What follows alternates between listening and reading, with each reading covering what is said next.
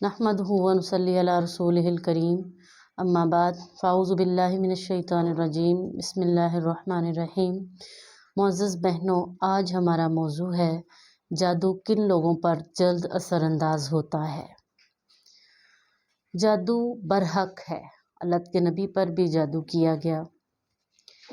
दुनिया में जिस तरह और भी बहुत सी महलूक़ात हैं, मुख्तलिफ़ परिंदे हैं, जानवर हैं, इंसान हैं, अल्लाह ताला ने इसी तरह जिन्नात को भी पैदा किया है।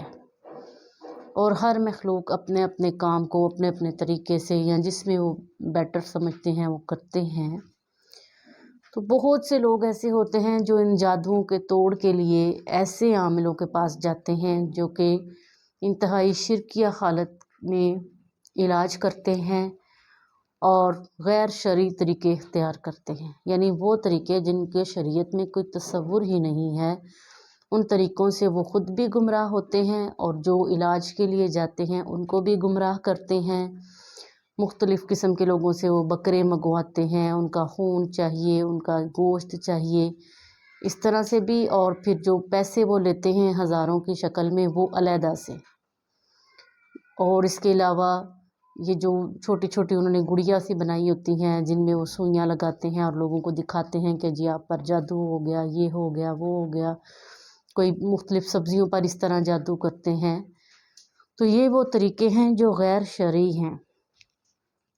अगर हम में से कोई भी ऐसी सिचुएशन में आता भी है तो उसको क्या चाहिए कि वो इस चीज़ का इलाज करवाए, लेकिन शरई तरीके से, मसनून तरीके इस्तेमाल किए जाएं।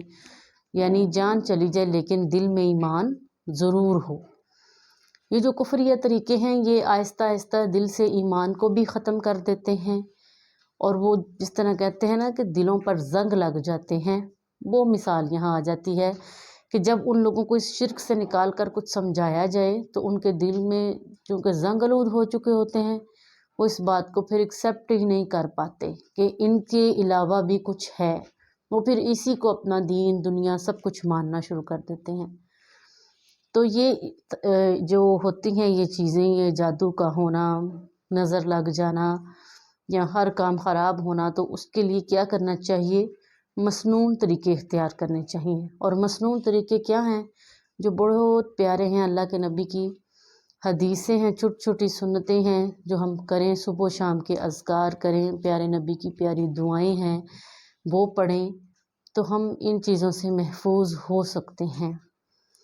अगर हम सूरत बकरा को अपनी ज़िंदगी का लाजमी जुज़ बना लें, यानी रोज़ाना उठकर हम सूरत बकरा को सुनें, उसकी तलावत लगाएं, सुबह शाम के अज़कार करें, पाँचों वक्त की नमाज अदा करें।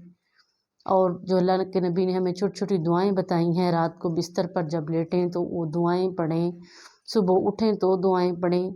अगर हम इन चीज़ों को अपनी ज़िंदगी में अप्लाई करते हैं तो जादू जो है, जादू होना, नज़र लग जाना, ये चीज़ें असर तो करेंगी लेकिन बहुत कम। और उस असर का क्या होता है कि जब आप ये अज़कार करेंगे, ये दुआएं पढ़ेंगे, तो वो भी ख़त्म हो जाता है। यानी कि इंसान सुबह से लेकर शाम तक अल्लाह की हिफाजत में रहता है, फरिश्तों की हिफाजत में रहता है। और जो शाम से लेकर सुबह तक यानी रात तक ये अज़कार करे, वो शाम से लेकर अगली सुबह तक अल्लाह ताला की हिफाजत में है।